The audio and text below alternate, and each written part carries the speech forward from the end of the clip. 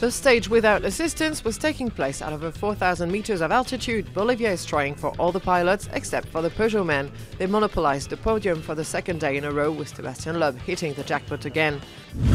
In the bikes, KTM made the best of this marathon stage with 4 men in the top spots. At Uyuni, Toby PRICE got his second success.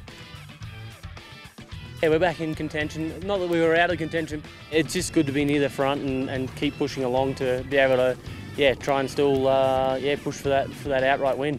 KTM struck again on Friday by the Uyuni Salt Flat for the longer special of the 2016 Dakar. Toby PRICE dominated again ahead of WALKNER, but Goncalves and his Honda managed to retain the overall lead.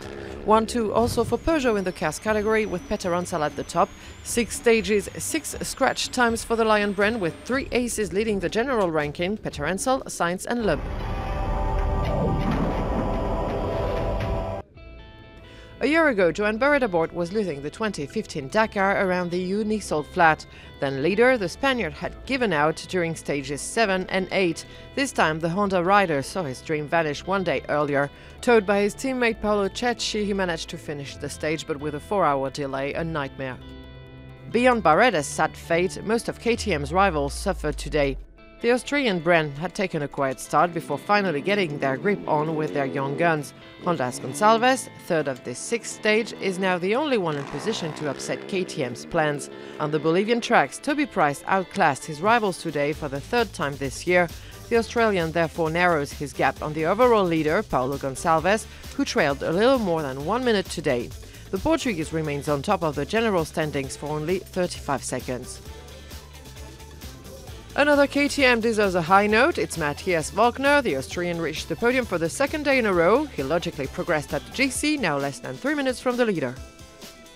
It was tough for the bikes today. Many men fell, and Ruben Faria, one of the leaders, broke his wrist. The Husqvarna rider therefore had to withdraw.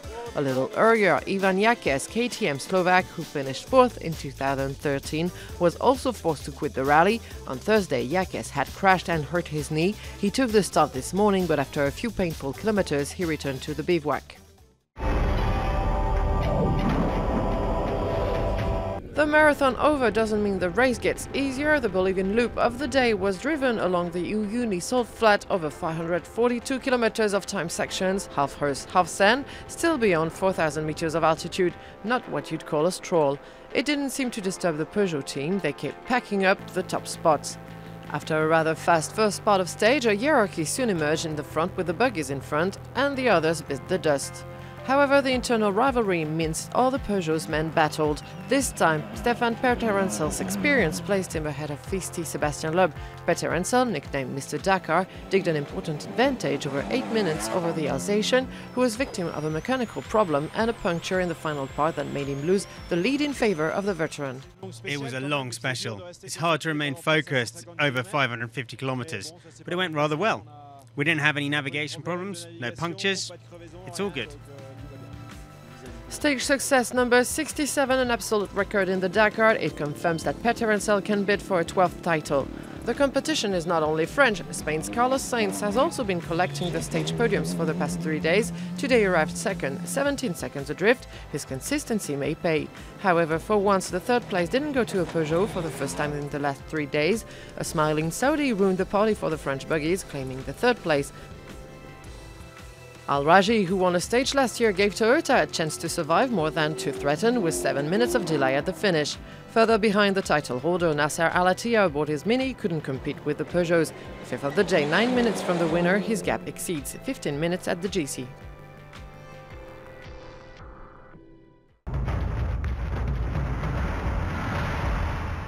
It's not very often that you hear the high-pitched ring of a 2-stroke engine in a rally raid, but this year we have one, and it's not a big one. Sylvain Espinasse has decided to try his hand at riding a 125cc Husqvarna for the 9,000 kilometers of the Dakar 2016. The bike, prepared by RS Concept, is an experiment to prove that a small-capacity 2-stroke can survive the extreme conditions, altitudes and distances of the Dakar rally. So far it can. Espinasse finished at the 95th place today. Joan Barreda-Bort lost everything on this 2016 Dakar. The big question now is, will he be able to take the start tomorrow? Meantime, KTM's Toby PRICE claim a new stage win, and now the race seems to turn in their favor. However, Gonçalves of Portugal still hangs to the top seat of the GC. 4 men are within 5 minutes. In the cars, Peugeot's hegemony was upset today by Toyota and Saudi's ALRAJHI, who took the third place but 7 minutes behind the day's winner PETERHANSEL. The overall top 5 has now a clear advantage over 30 minutes on their pursuers.